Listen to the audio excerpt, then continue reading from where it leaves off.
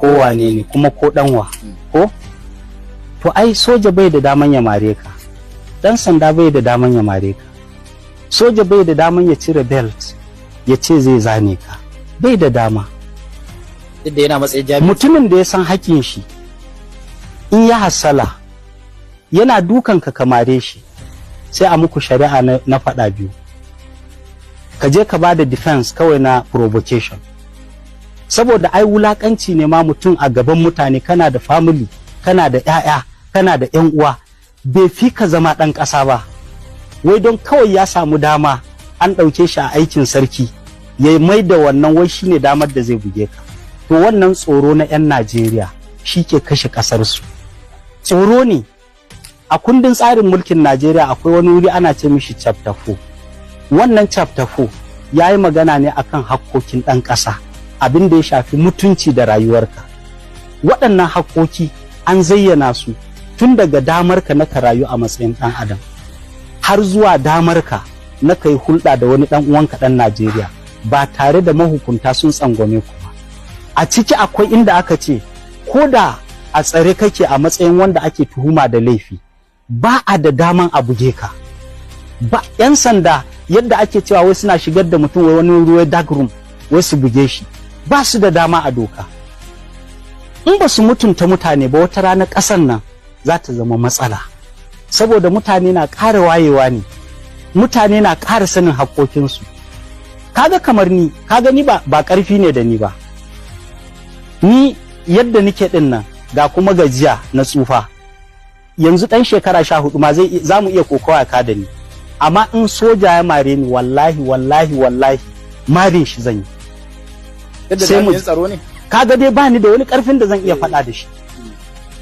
Hassalan da zai yi na mari na shi zai sa in mare shi, saboda bai da daman mari na, bai da dama. Amma in har ya mare ni na ji tsoro, amma ni ba zan ji tsoro ba, ina faɗa maka ni ba zan ji tsoro ba. Ko ma chief of staff yana gani ya san cewa ni ba zan ji tsoro ba in soja ya mare ni, ka gane ko?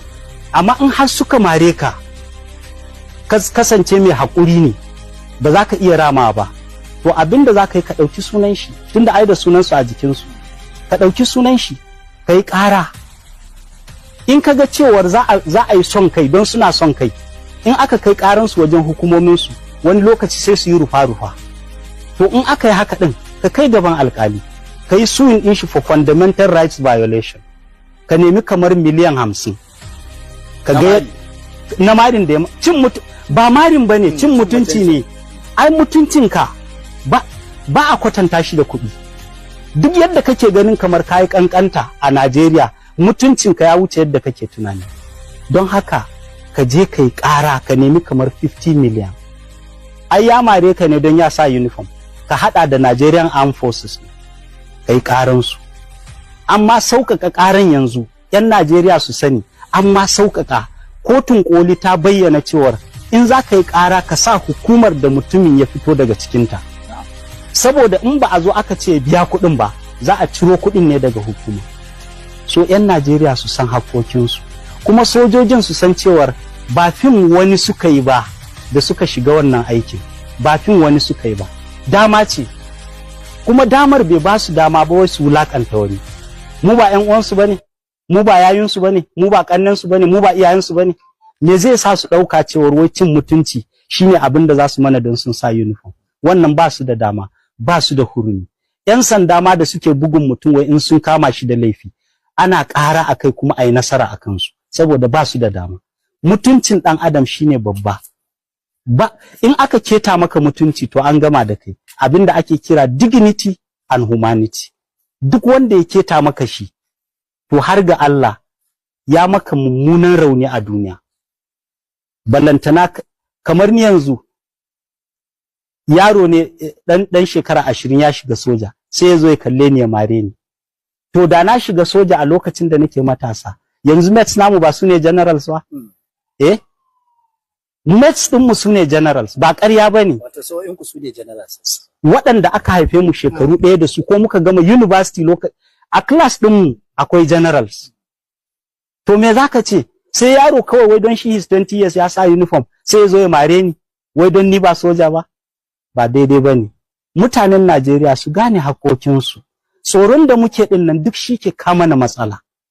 Mu cire tsoro. Akwai ƙasar da mutum yake mutuwa don haƙin shi, kuma baya jin komai kuma Allah ya shaida. To me a wurin? Tunda jihad ne ma ka kare mutuncinka ga musulmi. Jihad ne. Ni ba malami bane amma na ji malamai na cewa jihad ne, cewar annabi ne ya faɗi haka. So kaga batun tsoro bai mata so ba. Mutane su gane haƙinsu, kuma da gwamnati za su gane ko kuma wasu 'yan majalisunmu. Bari yi kira tun da ina Kaduna North Federal Constituency ko da senator mu na Kaduna a Mr. La. Don Allah in za su iya, in suna jin wannan maganan ko mukarrabansu in suna ji, don Allah su je su ciro chapter 4 na constitution.